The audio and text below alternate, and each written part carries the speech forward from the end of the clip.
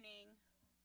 The regular board meeting is being recorded. Anyone wishing to observe the meeting may do so via AVUHSD's YouTube channel. Individuals may take photographs or record meetings, provided the individual's conduct does not constitute a disruption, including obstructing the view of others. Those wishing to address items on the agenda and matters that are not in the agenda but within the jurisdiction of the AVUHSD board shall do so in person, complete a speaker form, and give it to the designee before the public comment portions of the meeting. The speaker form must be given to Mrs. Orozco before the board president announces the item.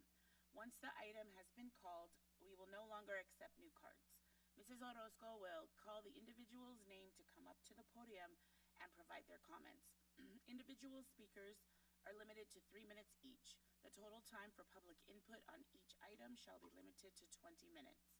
Non-agendized items are limited to a total time allotment of 20 minutes. Only one person is permitted to stand at the podium at a time. No speaker may relinquish a time allotment to another speaker. The district encourages members of the public to attend board meetings and to address the board concerning any item on the agenda or within the board's jurisdiction. The board does not prohibit public criticism of its policies, procedures, programs, services, acts, or omissions. Similarly, the board does not prohibit public criticism of district employees. Speakers are cautioned that no person is immune from liability for making intentionally false or defamatory comments simply because those comments are made at a public meeting. Attendees are also reminded of the board's civility policy, Board Policy 1313. The civility policy requires that members of the district staff will treat parents and other members of the public with respect and expect the same in return. The district is committed to maintaining disruption-free board meetings. The board will not permit any disturbance or willful interruption of its board meetings. Persistent disruption by an individual or group is grounds to terminate the privilege of addressing the board. Persistent disruption by an individual shall be grounds for the board president to terminate the individual's privilege to address the board. The district promotes mutual respect, civility, and orderly conduct among district board members, district employees, parents, and the public. The district seeks public cooperation with this endeavor. Roll call. Board Member Hernandez. Present. Trustee Mann. Present. Trustee Hughes. Here. Trustee Sanchez. Present. And I am here. Carla Corona. Let's stand for the Pledge of Allegiance. Mr. Sanchez. Right hand over your heart. Ready? Begin. I pledge allegiance to the flag of the United States of America and to the republic for which it stands, one nation, under God,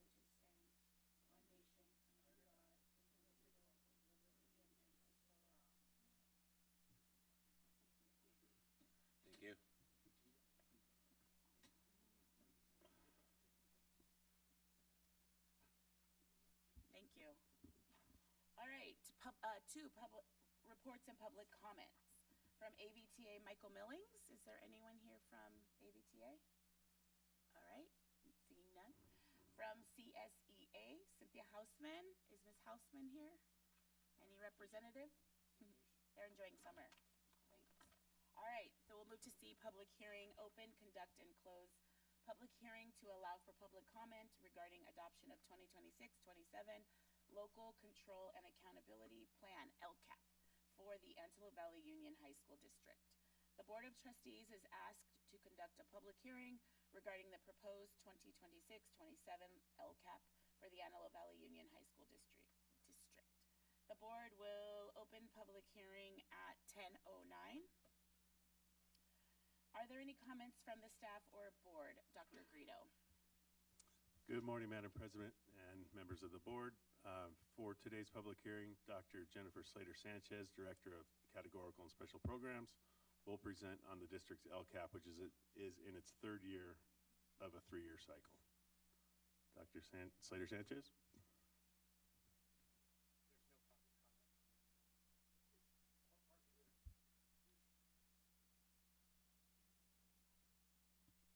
There's no public comment on that. It's part of the hearing.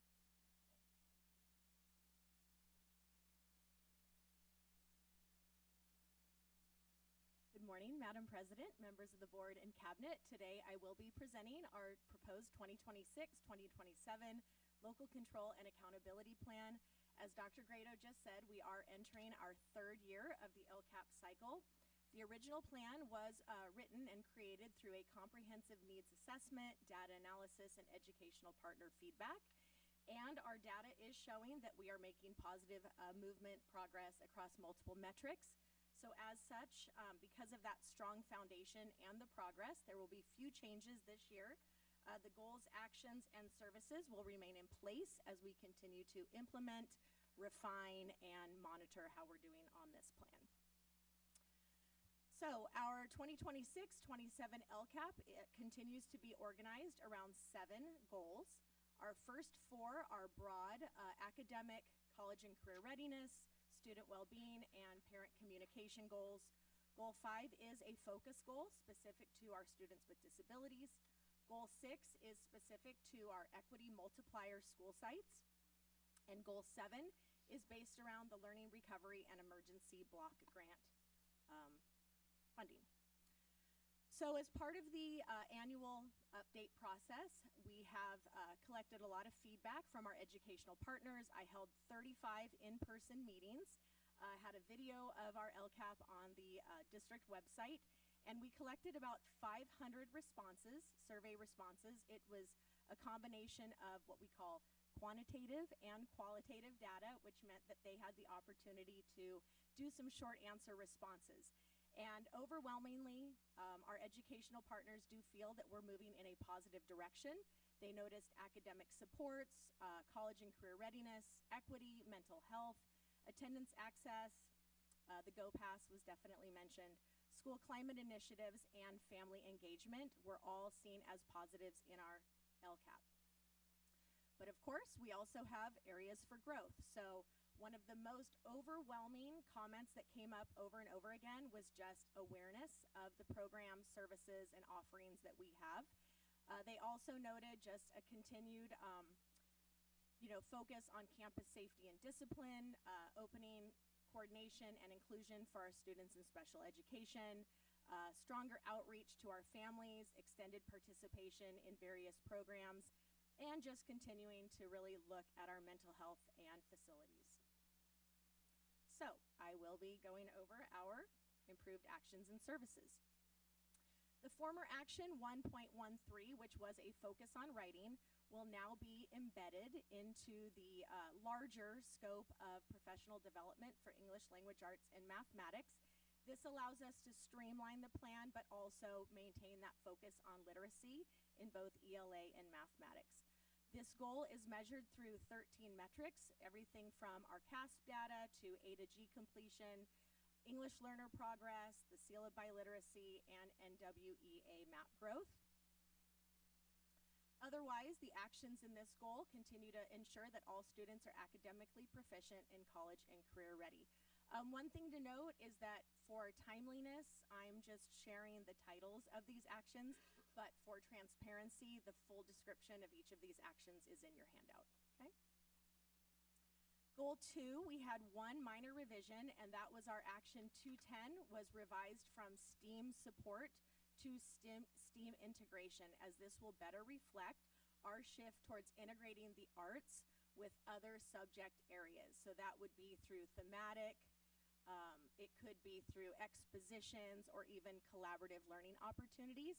And it also aligns with our arts thematic plan template that we've come up with in educational services. So that will go with that very nicely. And then we have 9 metrics to measure growth in this goal, from our AP exams to graduation rate to AP students in the district and even classroom walkthroughs.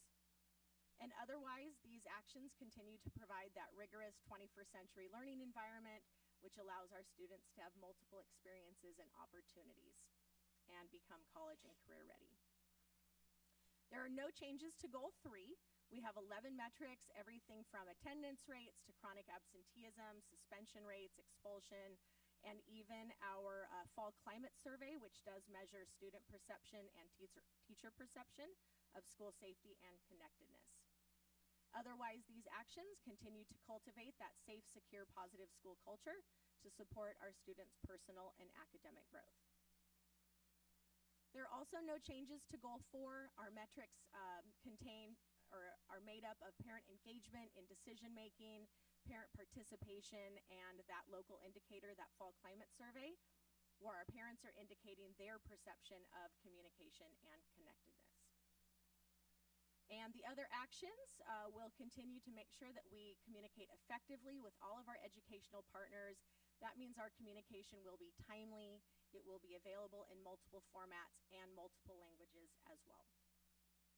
There are no changes to Goal 5. This goal, again, focusing on our students with disabilities, and we do have a few metrics from A to G completion to graduation rates, suspension rates, and our NWEA growth, but we look specifically at the data for our students with disabilities.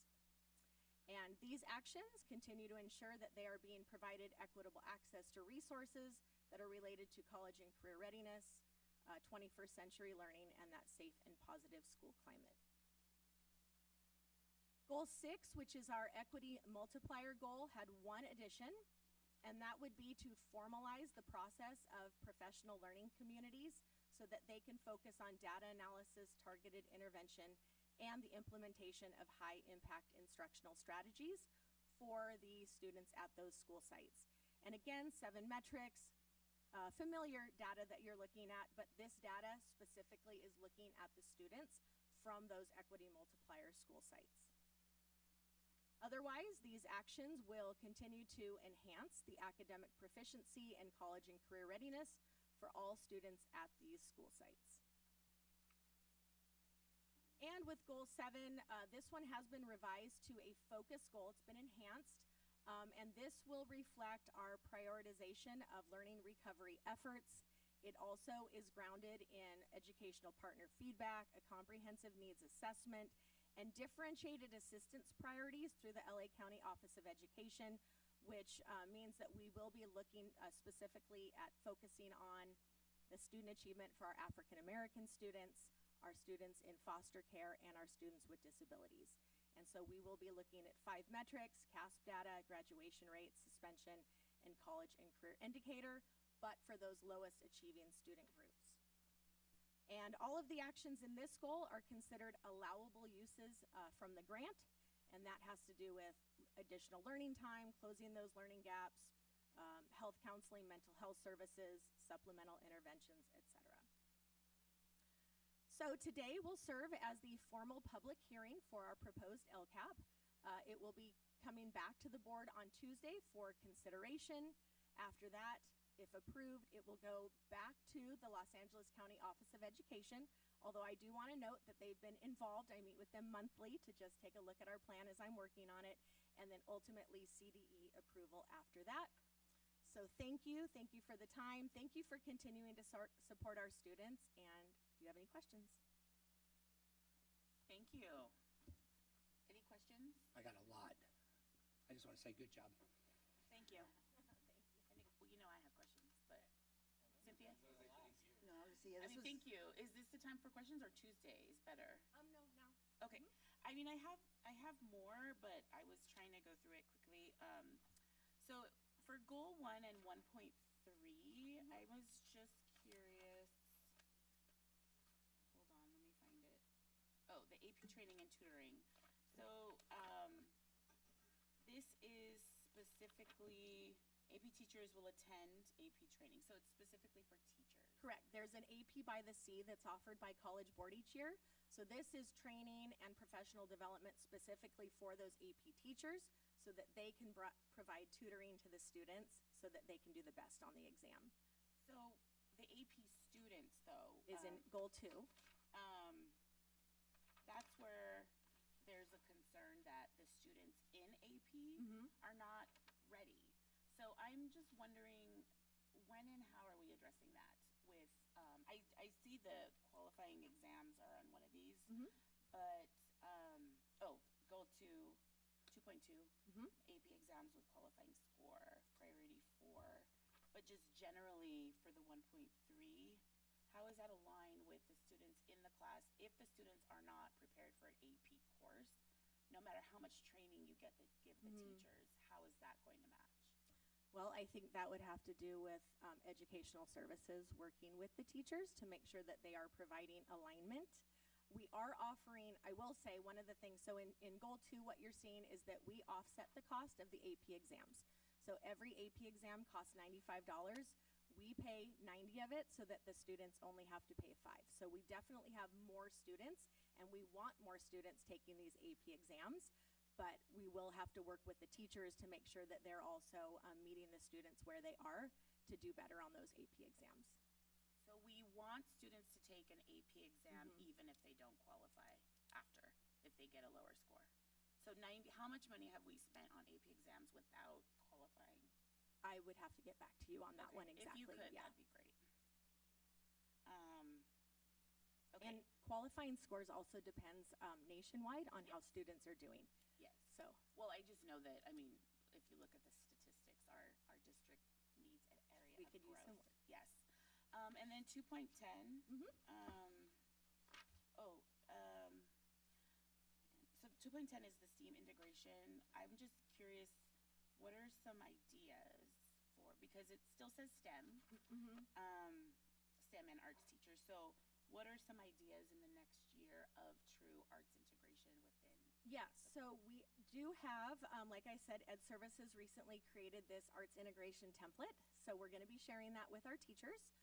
Also, I did meet with a committee of teachers to really discuss how this would be better revised to reflect your, wishes, the priorities of our district for that integration. And so it would look like cross-departmental collaboration. Like I said, not so much like making art something different to add on, but instead more thematically, what can we do in a math class? What can we do in a Spanish class? What can we do in another class to integrate arts into those various courses? Within the course, the Common Core standards, like how do those California Common Core standards? Okay.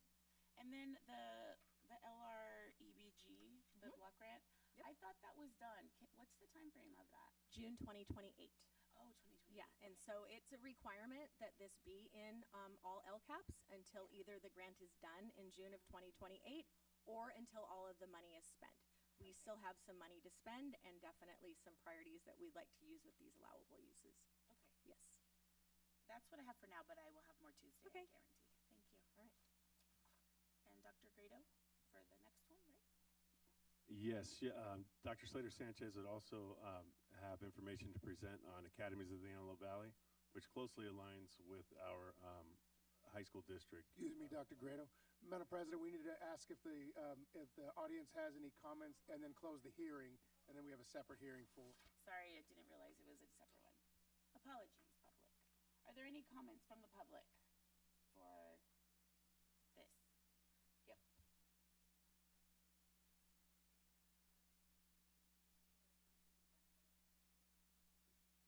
Do we need a card, Mr. Mead? No, okay. Go ahead. What's your name, please? Lisa Beal. Hi, welcome.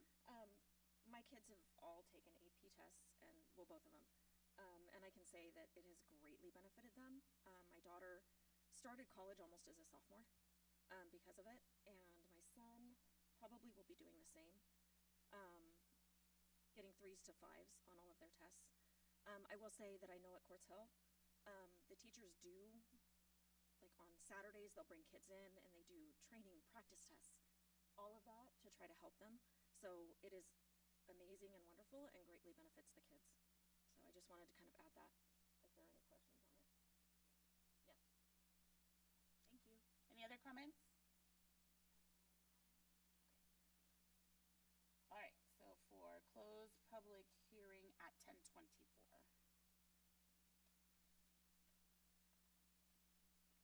All right. D, public hearing, open, conduct, and close public hearing to allow for public comment regarding adoption of 2026-27 LCAP for the Academies of the Antelope Valley. Sorry. Board of Trustees is asked to conduct a public hearing regarding the proposed 2026-27 LCAP for Academies of the Antelope Valley. The board will open public hearing at 10:24. Are there any comments from the staff or board? Dr. Grado, thank you. Sorry about Okay, that earlier. no problem. Sorry about that myself. But Dr. Slater Sanchez also has a presentation on our AA AAV LCAP, which is also in its third year of a 3-year cycle. Hello again. Oh, I feel like it's been forever. So, as the district LCAP Academies of the Antelope Valley is also entering its third year, as Dr. Grado said, because AAV is a dependent charter, their LCAP is very similar to ours. It mirrors ours. We're also seeing positive progress across multiple indicators for them, so as such, very few changes as well. The AAV LCAP is organized around 5 broad goals. These would be the 4 academic 21st century learning, student well-being, and communication goals. And for them, their goal 5 is the Learning Recovery Emergency Block Grant goal. So similar to ours, their former action 113, which was a focus on writing, has now been embedded into the existing professional development action that is centered around ELA and math literacy. They have 12 metrics to measure goal number 1, CASP data, A to G completion, CTE completion, English learner progress, and NWEA map growth. One thing that's different with their actions is their LCAP also serves as their school plan for student achievement. So as such, you will see some federal funding in some of their actions. So for this one, in addition to actions, 110 to 113 or 114, they also have some Title I for intervention, Saturday tutoring, and then other supplemental interventions as well. Their goal 2 has the same revision from STEAM support to STEAM integration, as this will better reflect that shift towards integrating the arts with other subject areas. And they have 8 metrics to measure this goal: CTE and A to G completion, AP exams, graduation rate, CCI, and local indicators such as classroom walkthroughs. Just like that goal, you also see some federal funding. This one has some Title I and Title IV, but all of these actions do provide that 21st century learning environment and rigorous curriculum for our students.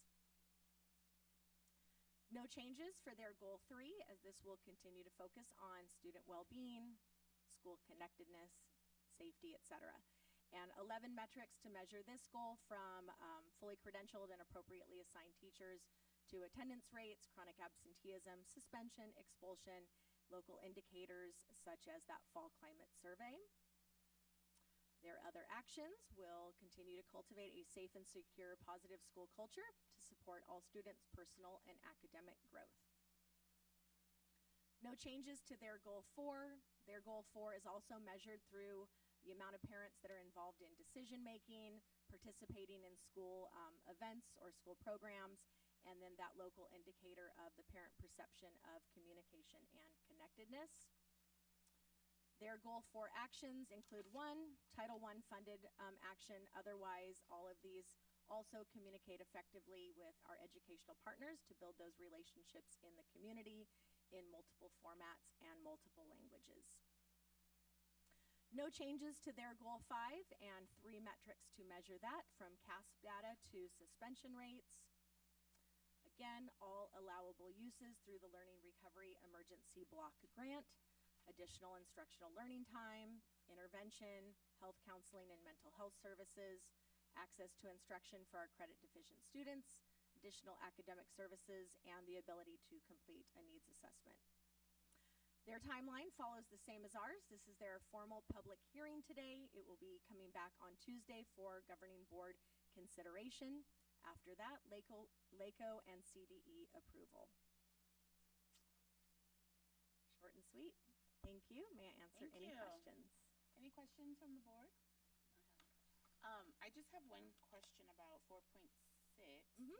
It's just increased communication, and does that mean just written communication, or just No, any sort of communication? Any sort of communication. So that Okay. could involve like parent nights. It could include, I know that they send out a lot of postcards to attract people to Academies of the Antelope Valley. It could include that. So it could be various forms of communication. Thank you, Dr. Welcome. Slater Thank you. Sanchez.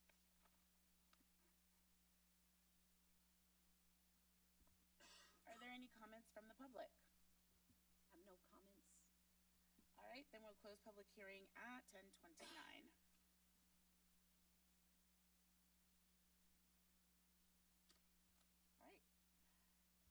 Public hearing, open, conduct, and close public hearing to allow for public comment regarding 2026-27 PINCO budget. The board is asked to conduct a public hearing with regard to the 2026-27 PINCO budget. The board will open the public hearing at 10:30. Are there any comments from the staff or board? Mr. Vensko. Good morning, Madam President and fellow board members. Up for presentation this morning is the Partners in Nutrition Cooperative adopted budget for the 26-27 school year. The report presents the 25-26 estimated actuals and the 26-27 adopted budget. The report details the anticipated revenues and expenditures for the budget years. I am happy to answer any questions that the board may have. Any questions from the board for PINCO? We got money, right? That's it? PINCO, yes. All right, thank you. All right, I don't see any questions. Thank you. Are there any comments from the public? No comments, speaker card. All right. We're going to close this public hearing at 10:31. Thank you, Mr. Vensko.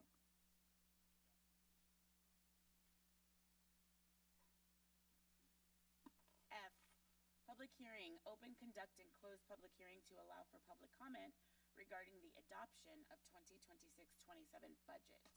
The board is asked to conduct a public hearing with regard to the 2026-27 AVUHSD budget. The board will open the public hearing at 10:31. Are there any comments from the staff or board? Mr. Vensko. Good morning again, Madam President. I'm glad to be here again. So today we will be taking a look at the 26-27 proposed adopted budget for the Antelope Valley Union High School District. This is the first report for the 26-27 school year. I want to shout out to my business staff and team. This is a big lift. This is the big report for the year. It's the starting point. So I want to thank all of them for all their hard work. It is cultivation of a team effort. So thank you to them. And a congratulations to our 25-26 graduates as well. Job well done. All right, so we'll take a look at the adopted budget cycle. So as I mentioned, we are in the first report of the year.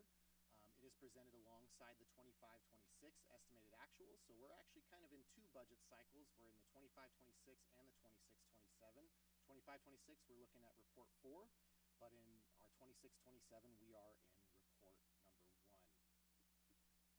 So what goes into the adopted budget? Well, a lot of things, but our main planning factors are what we look at. And so the biggest one is the state's budget. And Governor released his May revision earlier this month, and the state is looking like it has a lot of additional revenues, or proposed additional revenues, and they seem to be coming to fruition, which is a great thing for the state. We are showing a balanced budget and a structural deficit eliminated through July 2028, and all while maintaining historic reserves for the state to help in any downturn of economy. What does that mean for us in the Prop 98 world, which is all of the TK through 14, community college included? It means that we've had a historic proposed level for Prop 98 guarantee of $127 billion. The governor is proposing a 4.31 super COLA, as he calls it, a 2.8, which includes a 2.87% statutory COLA and an augmentation of 1.31%, which he is saying will help with declining enrollment, increased CPI or a consumer price index, increased cost of goods and services, but also a new 14-week paid pregnancy leave program that will allow certificated and classified staff up to 14 weeks for paid pregnancy leave. The district is estimating that that program to cost about between $2 and $3 million, which is almost just about the additional revenue that we receive on this 1.31%. So we're really not getting any additional funds. It's just kind of covering the cost of those programs. However, other great things is SPED funding, AB 602, is looking to see a $423 increase to, which is about a 46%, if I'm not mistaken, increase to the SPED revenue for all of our SPED programs that we need to, are required to do.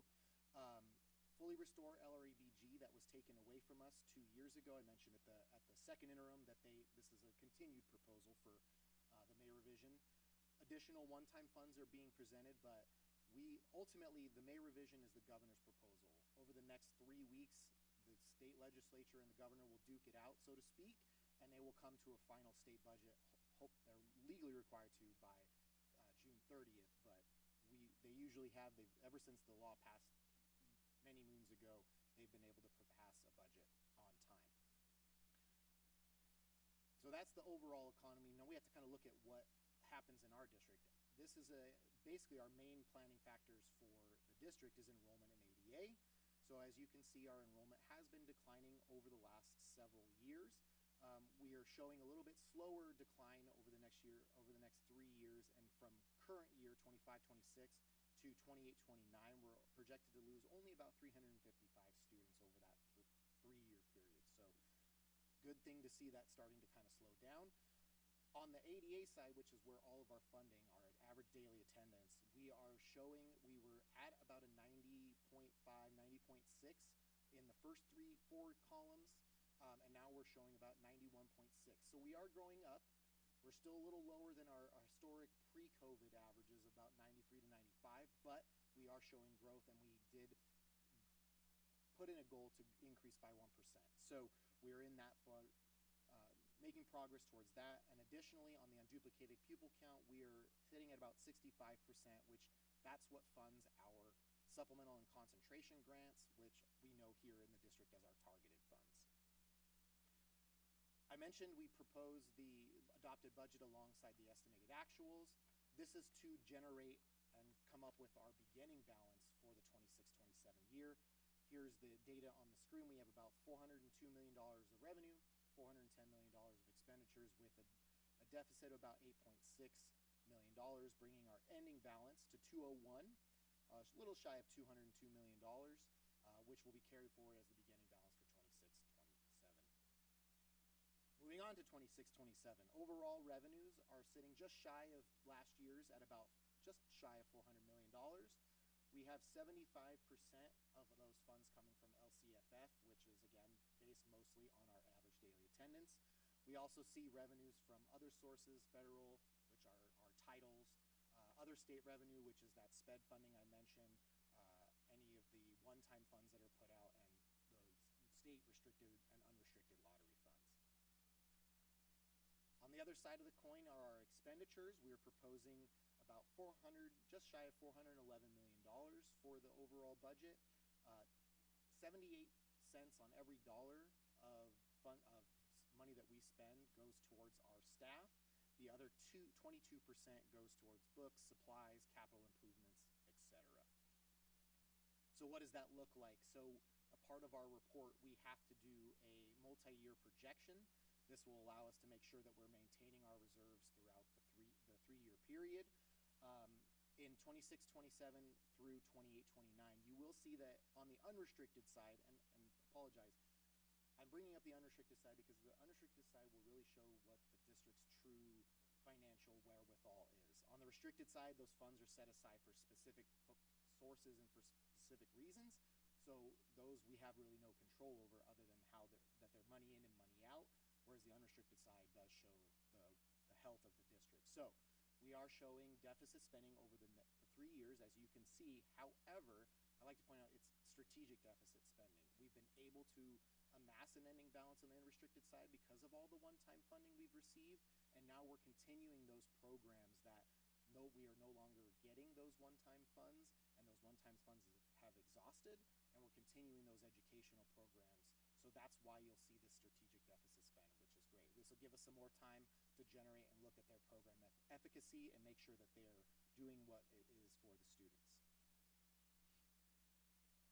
Another requirement of the adopted budget and the hearing is to show our reserve for economic uncertainties, and the reason why our assigned and unassigned fund balance is above the recommended reserve for economic uncertainties. This is due to Education Code 42127. Basically, what we're saying here is, why are we holding an ending balance over 3%? Well, if you like, 3% will cover the district's expenses for about 2 weeks. So if you can imagine holding just that amount in our ending balance would be detrimental if we got a sudden downturn or if there was a hit to the overall economy and the state couldn't pay us. So we maintain a higher reserve to make sure we maintain operational continuity, and we prevent mid-year cuts.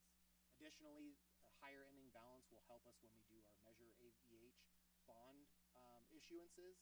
The credit rating will ultimately help the taxpayers at the end of the day because we are getting a higher credit rating, which means a lower interest rate on our public bonds. So far, we've only been talking about Fund 1. These are the other funds the district operates. Our charter fund, adult ed, cafeteria. Here is a breakdown of their revenues and expenditures, net in and out. And all, as you can see, we are showing robust and good ending balances for all of the funds. So, summary, district is doing really well. We are showing deficit spending. Again, as I mentioned, strategic deficit spending. We do have some declining enrollment, but overall we're positively trending on a financial step. We always will continue to review our staffing, our attendance strategies, and program efficacy to make sure that we're aligning the budget with our educational priorities. What's going to come next? On Tuesday the 9th, we will be bringing the adopted budget for official approval, and then we will wait for the state to adopt their budget by June 30th. And if there's any major changes in the adopted budget that affects our budget, we will bring a 45-day revision if needed. And with that, that concludes my presentation. I am happy to answer any questions you may have. Thank you, Mr. Rensko. This is really helpful. This is great. Any questions from the board? Yeah, we got money. Yes, Got sir. money. Good. We got reserve. We do real well. All right, no questions, and thank you so much. Thank you.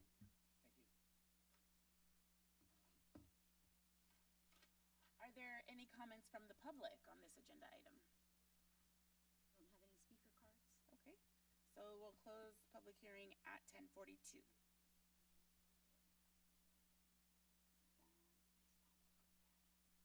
Okay, so we have G, public comments from the floor for non-agendized items. Are there any comments from the public for non-agendized items? I do not have any speaker cards this morning. Okay. All right, so then we're for comments from the board and superintendent. Mr. Meehan. Thank you. I'll stay my end of year